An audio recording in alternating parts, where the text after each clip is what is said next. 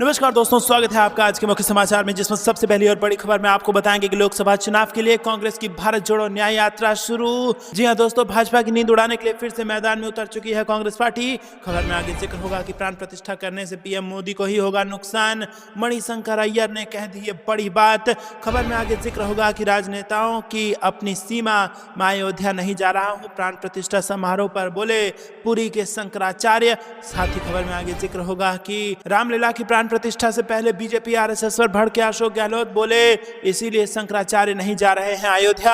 और इसी के साथ खबर में आगे जिक्र होगा कि लोकसभा चुनाव से पहले दल बदल का सिलसिला तेज। भाजपा और जेजेपी के 24 नेताओं ने थामा कांग्रेस का हाथ। जी हां दोस्तों, बेहद बड़ी खबर, हरियाणा में भाजपा को लग गया है बड़ा झटका। इसी प्रकार की तमाम बड़ी खबरें आपके लिए लेकर आए हैं। लेकिन उससे पहले अगर आपको भी ऐसा लगता है कि जो राम मंदिर का प्राण प्रतिष्ठा होना है वो शंकराचार्य के कहे के मुताबिक शास्त्रों के विरोध है और इसे पॉलिटिकल इवेंट के रूप में आप भी देखते हैं, तो वीडियो को लाइक करके अपना कमेंट में राय जरूर बताइए। रुक करते हैं सबसे पहले और बड़ी खबर की तरफ, जिसमें आपको बता दें दोस्तों कि लोकसभा चुनाव के लिए कांग्रेस की भारत जोड़ो न्याय यात्रा शुरू होने जा रही है। जी हां दोस्तों, आपको बता दें कि कांग्रेस राहुल गांधी के नेतृत्व में मणिपुर से भारत जोड़ो न्याय यात्रा शुरू कर रही है। इसके जरिए उसका प्रयास होगा कि लोकसभा चुनाव में बेरोजगारी, महंगाई और सामाजिक न्याय से जुड़े मुद्दों को विमर्श के केंद्र बिंदु में लाया जाए। दोस्तों, आपको बता दें कि ये यात्रा 14 जनवरी को मणिपुर की राजधानी इम्फाल के निकट थोबल से शुरू होगी और मार्च के तीसरे सप्ताह में मुंबई में इसका समापन होगा। कांग्रेस का कहना है कि लोकसभा चुनाव से पहले निकाली जा रही ये यात्रा 67 दिन में 15 राज्यों और 110 जिलों से होकर गुजरेगी। भारत जोड़ो न्याय यात्रा के दौरान लगभग 6700 किलोमीटर की दूरी तय की जाएगी और यात्रा ज्यादातर बस से होगी, लेकिन कहीं कहीं पद यात्रा भी होगी। कांग्रेस के पूर्व अध्यक्ष राहुल गांधी ने 7 सितंबर 2022 से 30 जनवरी 2023 तक कन्याकुमारी से कश्मीर तक भारत जोड़ो यात्रा निकाली थी और उनकी 136वें दिन की इस पदयात्रा में 12 राज्यों और 2 केंद्र शासित प्रदेशों के 75 जिलों और 76 लोकसभा क्षेत्रों से गुजरते हुए 4081 किलोमीटर की दूरी तय की गई थी। रुक करते हैं अगली ब्रेकिंग न्यूज की तरफ। प्राण प्रतिष्ठा करने से पीएम मोदी को ही होगा नुकसान, मणिशंकर अय्यर ने कही ये बात। जी हां दोस्तों, कांग्रेस नेता मणिशंकर अय्यर ने अपने एक बयान में कहा है कि राम मंदिर की प्राण प्रतिष्ठा खुद करने से पीएम मोदी को ही नुकसान होगा। दरअसल शंकराचार्यों की कथित नाराजगी को लेकर मणिशंकर अय्यर ने कहा कि मोदी द्वारा खुद राम मंदिर प्राण प्रतिष्ठा कार्यक्रम में शामिल होने और धार्मिक अनुष्ठान करने पर 4 शंकराचार्यों ने नाराजगी जताई है। शंकराचार्यों का हिंदू धर्म में बहुत ऊंचा स्थान है और ये अब पीएम मोदी को ही नुकसान पहुंचाएगा। मणिशंकर अय्यर ने कहा कि अधिकतर हिंदुओं ने कभी भी हिंदुत्व के लिए वोट नहीं किया है। यह हमारा चुनाव कराने का तरीका है जो बीते 10 सालों से हिंदुत्ववादी सत्ता में है। अय्यर ने कहा कि हिंदू धर्म भारत का सबसे प्राचीन धर्म है और देश के बहुसंख्यक समाज द्वारा इसका पालन किया जाता है। वहीं हिंदुत्व एक राजनीतिक दर्शन है। दरअसल ऐसा दावा किया जा रहा है कि उत्तराखंड स्थित ज्योतिर्मठ के शंकराचार्य अभिमुक्तेश्वरानंद सरस्वती ने कहा है कि चारों शंकराचार्य अयोध्या में राम मंदिर के प्राण प्रतिष्ठा कार्यक्रम में शामिल नहीं होंगे। उनका कहना है कि मंदिर का निर्माण कार्य पूरा होने से पहले ही प्राण प्रतिष्ठा की जा रही है, जो कि शास्त्रों के अनुसार ठीक नहीं है। तो दोस्तों, क्या आपको भी ऐसा लग रहा है कि शास्त्रों के खिलाफ जाकर के जबरदस्ती चुनाव से पहले प्राण प्रतिष्ठा कराने का प्रयास किया जा रहा है? आखिरकार क्यों नहीं समय से पहले राम मंदिर का निर्माण कार्य पूरा कर लिया गया? और अगर अभी नहीं हुआ है तो आखिरकार क्या जल्दबाजी है कि उसी तारीख को, उसी दिन चुनाव से पहले ये प्राण प्रतिष्ठा हो जाएगा? आपको क्या कुछ लगता है कमेंट में जरूर बताइए। वीडियो को लाइक नहीं किया तो लाइक जरूर कीजिएगा। रुक करते हैं अगली ब्रेकिंग न्यूज की तरफ। राजनेताओं की अपनी सीमा, मैं अयोध्या नहीं जा रहा, प्राण प्रतिष्ठा समारोह पर बोले पुरी के शंकराचार्य। जी हां दोस्तों, आपको बता दें कि पुरी पीठाधीश्वर निश्चलानंद सरस्वती शनिवार को पश्चिम बंगाल के गंगा सागर मेले में हिस्सा लेने पहुंचे। उन्होंने किसी का नाम लिए बिना इशारों में राम मंदिर प्राण प्रतिष्ठा पर कई संदेश दिए। शंकराचार्य ने कहा जाता है कि श्री राम जी यथा स्थान प्रतिष्ठित हों आवश्यक है, लेकिन शास्त्र सम्मत विधि के अनुपालन करके ही उनकी प्राण प्रतिष्ठा हो यह भी आवश्यक है। जो प्रतिमा होती है, विग्रह होता है, मूर्ति होती है, विधिवत उसमें भगवान का सन्निवेश होता है। उन्होंने आगे कहा कि विधिवत पूजा प्रतिष्ठा न होने पर उस प्रतिमा में अड़चन आती है। विग्रह में, मूर्ति में डाकनी, शाकनी, भूत प्रेत पिशाच इन सब का प्रवेश हो जाता है। वे डाकनी, शाकनी, भूत प्रेत पिशाच विप्लव मचा देते हैं और शास्त्र सम्मत विधि से राम जी की प्रतिष्ठा हो, पूजन इत्यादि का प्रकल्प भी शास्त्र सम्मत विधा से हो। जी हाँ दोस्तों, आपको बता दें नकारात्मक शक्तियों का प्रवेश हो सकता है मूर्ति में, ऐसा बयान दिया गया है शंकराचार्य द्वारा। और आपको बता दें कि इससे पहले भी संत ये कह चुके हैं कि जो मंदिर होता है वो केवल एक ढांचा नहीं होता, बल्कि वो भगवान का खुद एक शरीर होता है। जब तक भगवान का शरीर पूरी तरीके से नहीं बना है तब तक उसमें प्राण प्रतिष्ठा कैसे की जा सकती है। तो दोस्तों यहाँ पर बेहद गंभीर सवाल भाजपा पर लगातार उठते चले आ रहे हैं। आपको क्या कुछ लगता है कमेंट में बताइए। वीडियो को लाइक करना बिल्कुल मत भूलिएगा। रुक करते हैं कि ब्रेकिंग न्यूज की तरफ। रामलला की प्राण प्रतिष्ठा से पहले बीजेपी आरएसएस पर भड़के अशोक गहलोत। जी हाँ दोस्तों, आपको बता दें कि 22 जनवरी को भगवान श्री राम की जन्मभूमि पर रामलला की प्राण प्रतिष्ठा होने वाली है। और इसी बीच राजस्थान के पूर्व मुख्यमंत्री और कांग्रेस नेता अशोक गहलोत की प्रतिक्रिया सामने आई। बीजेपी और आरएसएस पर हमला करते हुए अशोक गहलोत ने कहा कि सत्ताधारी पार्टी ने इसे राजनीतिक मुद्दा बना दिया है। जब सुप्रीम कोर्ट का आदेश आ गया तो झगड़ा अपने आप ही मिट गया था। हालांकि बीजेपी ने इसका राजनीतिकरण किया। शंकराचार्य द्वारा राम मंदिर उद्घाटन कार्यक्रम का न्योता ठुकराने पर अशोक गहलोत ने कहा कि धर्मगुरु पूरे देश को सनातन धर्म का रास्ता दिखाते हैं। ऐसे में ऐसी क्या नौबत आ गई कि खुद शंकराचार्य ही इस कार्यक्रम में शामिल नहीं हो रहे हैं। पूरे देश के शंकराचार्य इस कार्यक्रम का बहिष्कार कर रहे हैं। अगर शंकराचार्य ऐसा कह रहे हैं तो उसका अपना महत्व है। आपको क्या कुछ लगता है दोस्तों कमेंट में बताइए। रुक करते हैं अगली ब्रेकिंग न्यूज की तरफ। लोकसभा चुनाव से पहले दल बदल का सिलसिला तेज। बीजेपी जेजेपी के 24 नेताओं ने थामा कांग्रेस का हाथ। जी हाँ दोस्तों, आपको बता दें कि लोकसभा चुनाव को लेकर चुनावी सरगर्मियां तेज होती जा रही हैं। सभी पार्टियां अपने आप को मजबूत करने के लिए रणनीति बनाने में जुटी है। इसी बीच बीजेपी जेजेपी और अन्य पार्टियों के नेताओं ने पूर्व मुख्यमंत्री भूपेंद्र सिंह हुड्डा के नेतृत्व में कांग्रेस का दामन थामा। करीब 2 दर्जन से ज्यादा नेताओं की ज्वाइनिंग के मौके पर बोलते हुए हुड्डा ने बीजेपी जेजेपी की गठबंधन सरकार पर निशाना साधा। एचपीएससी की परीक्षा से हरियाणा जीके खत्म करने, यूरिया बैग का वजन घटाने और कानूनगो के धरने प्रदर्शन को लेकर सरकार को घेरा। वहीं पूर्व मुख्यमंत्री ने एचपीएससी द्वारा सहायक पर्यावरण अभियंता भर्ती में जारी सिलेबस पर टिप्पणी करते हुए कहा कि बीजेपी जेजेपी की गठबंधन सरकार हरियाणा युवाओं को नौकरियों से वंचित कर रही है।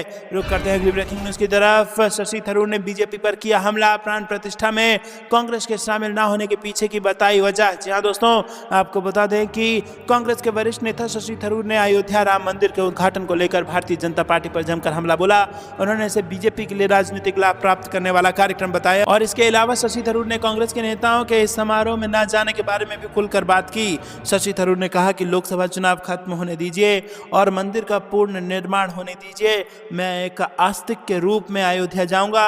मैं काशी विश्वनाथ के भी दर्शन करूंगा। एक आस्तिक के रूप में प्रार्थना करने के लिए वहां जाने में कुछ भी गलत नहीं है। उन्होंने कहा कि हमारी पार्टी में कई सदस्य हैं जो कई धर्मों में विश्वास करते हैं और इसके लिए उनका स्वागत है। पार्टी में शामिल हिंदुओं को रामलला की पूजा अर्चना करने का पूरा अधिकार है, लेकिन पार्टी को लगा है कि ये एक राजनीतिक कार्यक्रम है और अभी मंदिर का काम भी अधूरा है। अयोध्या राम मंदिर का 22 जनवरी को होने वाला उद्घाटन कार्यक्रम सत्ताधारी दल बीजेपी के राजनीतिक हितों को लाभ पहुंचाने के लिए बनाया गया लगता है और अगर हम इसमें शामिल होते हैं तो ये एक राजनीतिक विकल्प बन जाएगा। तो दोस्तों, क्या आपको भी ऐसा लगता है कि ये आस्था का कार्यक्रम नहीं, ये राजनीति का कार्यक्रम है? और ऐसे में कम से कम मंदिर के पूरे बन जाने का इंतजार भाजपा को करना चाहिए था। कमेंट में जरूर बताइए। वीडियो को लाइक नहीं किया तो लाइक जरूर कीजिएगा। रुक करते हैं ब्रेकिंग न्यूज की तरफ। मल्लिकार्जुन खड़गे अध्यक्ष, नीतीश ने संयोजक पद ठुकराया। इंडिया की बैठक में हुआ तय। जी हाँ दोस्तों, आपको बता दें कि विपक्षी दलों के इंडिया गठबंधन की बड़ी वर्चुअल बैठक हुई और इस बैठक में कांग्रेस अध्यक्ष मल्लिकार्जुन खड़गे को गठबंधन का भी अध्यक्ष बनाया गया और बिहार के मुख्यमंत्री और जेडीयू के राष्ट्रीय अध्यक्ष नीतीश कुमार को गठबंधन के संयोजक का पद ऑफर हुआ, जिसे उन्होंने ठुकरा दिया। संयोजक पद के प्रस्ताव पर नीतीश कुमार ने कहा कि मुझे किसी पद की लालसा नहीं है। नीतीश के इनकार करने के बाद उनकी पार्टी ने गेंद कांग्रेस के पाले में फेंक दी है। जेडीयू लीडर संजय झा ने कहा है कि संयोजक का पद तो कांग्रेस को अपने पास रखना चाहिए। रुक करते हैं अगली ब्रेकिंग न्यूज की तरफ। बिहार में मकर संक्रांति पर पकेगी सियासी खिचड़ी, दही चूड़ा भोज तय करेगा आगे का भविष्य। जी हाँ दोस्तों, बिहार की राजनीति हमेशा तीज त्योहारों के इर्द गिर्द ही चलती दिखाई देती है। अब मकर संक्रांति का दही चूड़ा भोज पर सभी की निगाहें टिकी हैं। दही चूड़ा खाने के बाद क्या बिहार में सियासत करवट लेने वाली है? ये सवाल इसीलिए उठ रहा है क्योंकि राज्य का सियासी पारा पहले से ही चढ़ा हुआ है। इसीलिए अलायंस के संयोजक नहीं बनाए जाने पर नीतीश कुमार अब नाराज चल रहे हैं। दूसरी ओर सीट शेयरिंग का पेच भी नहीं सुलझ पा रहा है। ऐसे में दलों की ओर से सियासी खिचड़ी चढ़ा दी गई है। अब इसमें कौन सा तड़का लगेगा, ये आने वाला वक्त बताएगा। पाएगा। विधानसभा में नेता प्रतिपक्ष विजय कुमार सिन्हा ने शुक्रवार को अपने आवास पर दही चूड़ा भोज का आयोजन किया था और इस आयोजन में बीजेपी के प्रदेश अध्यक्ष सम्राट चौधरी भी शामिल हुए और इस भोज में अगर चूड़ा दही परोसा गया तो आगंतुकों ने खिचड़ी का भी स्वाद चखा। इसके अलावा बीजेपी के नेता और पूर्व मंत्री नितिन नवीन शनिवार को चूड़ा दही के भोज का आयोजन उन्होंने किया। वहीं बीजेपी कार्यालय में 15 जनवरी को दही चूड़ा भोज का आयोजन किया जाएगा। इसका आयोजन भाजपा किसान मोर्चा की ओर से किया जाएगा। उधर जेडीयू के राष्ट्रीय महासचिव राजीव रंजन की ओर से भी 13 जनवरी को दही चूड़ा के भोज का आयोजन किया गया। दोस्तों आपको क्या कुछ लगता है जरूर बताइए कमेंट में। वीडियो को अभी तक लाइक नहीं किया है तो लाइक जरूर कीजिएगा। रुक करते हैं अगली ब्रेकिंग न्यूज की तरफ। कांग्रेस के महासचिव सुरजेवाला पहुंचे शाहबाद, बीजेपी पर साधा निशाना, कहा किसानों के साथ धोखा कर रही है भाजपा। जी हां दोस्तों, कांग्रेस के महासचिव रणदीप सिंह सुरजेवाला कुरुक्षेत्र के शाहबाद कस्बा पहुंचे। कार्यकर्ताओं ने उनका जोरदार स्वागत किया और इस दौरान उन्होंने कहा कि भारतीय जनता पार्टी किसानों के साथ बड़ा धोखा कर रही है। और दोस्तों इतना ही नहीं, उन्होंने कहा कि जो यूरिया का कट्टा 50 किलो का होता था उसे नीम कोटेड के नाम पर 45 किलो का कर दिया गया, लेकिन कीमत वही रखी गई है जिससे किसानों को नुकसान हो रहा है। रुक करते हैं अगली ब्रेकिंग न्यूज की तरफ। बसपा को इंडिया गठबंधन में शामिल कराने की कवायद, जन्मदिन पर मायावती से मिलेंगे कांग्रेस नेता। जी हां दोस्तों, आपको बता दें कि आगामी लोकसभा चुनाव को लेकर तैयारियों में जुटी विपक्षी पार्टियां मायावती को भी इंडिया गठबंधन में शामिल करना चाहती है। सूत्रों की माने तो कांग्रेस के कई नेता 15 जनवरी को मायावती से मिल सकते हैं और इसी दिन बसपा सुप्रीमो मायावती का जन्मदिन होता है। सूत्रों की माने तो कांग्रेस नेता जन्मदिन की बधाई देने के साथ ही मायावती से गठबंधन में शामिल होने को लेकर चर्चा कर सकते हैं। उसके बाद कांग्रेस समाजवादी पार्टी के साथ बैठक करेगी। दरअसल राजनीतिक हलकों में इस बात की भी चर्चा की गई कि अगर समाजवादी पार्टी अपने रुख पर कायम रहती और कांग्रेस को काफी कम सीट देती है तो ऐसी हालत में कांग्रेस एक प्लान बी बनाकर भी काम कर रही है। ऐसी हालत में कांग्रेस बहुजन समाज पार्टी के साथ गठबंधन का चुनाव लड़ने की संभावनाएं बनाकर रखना चाहती है। शुक्रवार को होने वाली समाजवादी पार्टी और कांग्रेस के बीच बैठक अचानक स्थगित कर दी गई। 4 बजे दिल्ली में सपा और कांग्रेस के नेताओं के बीच बैठक होनी थी, लेकिन किसी कारण इसे स्थगित कर दिया गया। माना जा रहा है कि अब ये बैठक 15 जनवरी को हो सकती है। दोस्तों रुक करते हैं अगली ब्रेकिंग न्यूज की तरफ। राम मंदिर में राम जी की मूर्ति होगी भी या नहीं, प्राण प्रतिष्ठा को लेकर उद्धव ठाकरे का पीएम मोदी पर हमला। जी हां दोस्तों, 22 जनवरी 2024 को अयोध्या में बन रहे भव्य राम मंदिर में रामलला की प्राण प्रतिष्ठा होनी है। वहीं जहां लोग इस ऐतिहासिक दिन का बेसब्री से इंतजार कर रहे हैं तो वहीं दूसरी ओर इस मामले में जमकर राजनीति भी हो रही है। विपक्षी दल का आरोप है कि भारतीय जनता पार्टी राम मंदिर के जरिए राजनीतिक लाभ लेने का प्रयास कर रही है और इस बीच शिवसेना के अध्यक्ष उद्धव ठाकरे का कहना है कि वो भी 22 जनवरी को प्रभु श्री राम की पूजा करेंगे। फर्क सिर्फ इतना है कि ये पूजा अयोध्या में नहीं बल्कि महाराष्ट्र के नासिक में गोदावरी नदी पर कालाराम मंदिर में होगी। वहीं एक प्रेस कॉन्फ्रेंस को संबोधित करते हुए उद्धव ठाकरे ने कहा कि वो अपने कार्यक्रम में राष्ट्रपति को आमंत्रण देंगे। उन्होंने कहा कि वो कालाराम मंदिर में प्रभु श्री राम के दर्शन करेंगे एवं गोदावरी नदी पर आरती करेंगे। रुक करते हैं अगली ब्रेकिंग न्यूज की तरफ। कांग्रेस की तैयारी तेज, मध्य प्रदेश के नेताओं को 31 जनवरी तक संभावित प्रत्याशियों के नाम देने के निर्देश। जी हां दोस्तों, आपको बता दें कि कांग्रेस ने लोकसभा चुनाव की तैयारी तेज कर दी है। शुक्रवार को दिल्ली में प्रदेश की सभी 29 लोकसभा सीट के समन्वयकों के साथ पार्टी अध्यक्ष मल्लिकार्जुन खड़गे ने बैठक की और इसमें 24 जनवरी तक विधानसभावार लोकसभा चुनाव की तैयारी को लेकर रिपोर्ट बनाकर देने के निर्देश दिए गए। उधर प्रदेश संगठन ने समन्वयकों से 31 जनवरी तक संभावित प्रत्याशियों को लेकर रिपोर्ट देने के लिए कहा है। रुक करते हैं अगली ब्रेकिंग न्यूज की तरफ। लोकसभा चुनाव को लेकर अब सचिन पायलट ने किया बड़ा दावा, राजस्थान से बड़ी खबर। जी हां दोस्तों, देश में जल्द ही लोकसभा चुनाव होने वाले हैं और इन चुनावों की तैयारियां राजनीतिक दलों ने अभी से ही शुरू कर दी है। आगामी लोकसभा चुनाव के लिए कांग्रेस ने अपने नेताओं को बड़ी जिम्मेदारी दी है। राजस्थान के पूर्व उप मुख्यमंत्री सचिन पायलट को छत्तीसगढ़ कांग्रेस प्रभारी बनाया गया है। सचिन पायलट गुरुवार को रायपुर पहुंचे और यहां कांग्रेस के इस दिग्गज नेता ने लोकसभा चुनाव को लेकर बड़ा दावा किया। राजस्थान कांग्रेस के पूर्व प्रदेश अध्यक्ष सचिन पायलट ने दावा किया है कि इस बार लोकसभा चुनाव में प्रतिकूल नतीजे आएंगे और इस दौरान पायलट ने राम मंदिर में रामलला की प्रतिष्ठा को लेकर कांग्रेस की ओर से मिले निमंत्रण के मुद्दे पर भी अपनी राय रखी। इस दौरान उन्होंने यहां तक कह दिया कि धर्म और राजनीति को अलग अलग देखा जाना चाहिए। इस दौरान पायलट ने राजस्थान विधानसभा चुनाव नतीजों को लेकर कहा कि जो नतीजे आए हैं उनकी हमें उम्मीद नहीं थी, चुनाव में हार जीत लगी रहती है।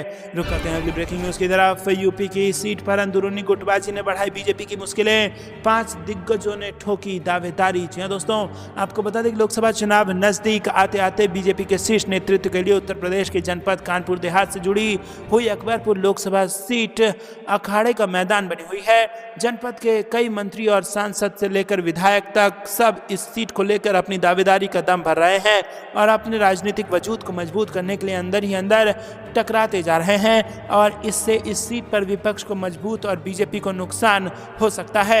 रुक करते हैं अगली ब्रेकिंग न्यूज की तरफ। भाजपा सरकार पूंजीपतियों के इशारे पर बनाती है नीतियां, अखिलेश यादव ने बीजेपी पर साधा निशाना। जी हां दोस्तों, समाजवादी पार्टी के राष्ट्रीय अध्यक्ष और पूर्व मुख्यमंत्री अखिलेश यादव ने कहा कि भाजपा सरकार की नीतियों के पीछे पूंजीपतियों का हाथ होता है। भाजपा सरकार पूंजीपतियों के इशारे पर नीतियां बनाती है, चाहे तीनों काले कृषि कानून हो, रोड से जुड़ा कानून हो या अन्य कानून। ये सभी कानून भाजपा सरकार ने पूंजीपतियों के इशारे पर बनाए थे, जिन्हें जनता के विरोध में वापस लेना पड़ा। अखिलेश यादव ने कहा कि भाजपा इस तरह के कानून और नियम बनाकर लोगों की मदद नहीं करती है, वो मुनाफा तलाशती है।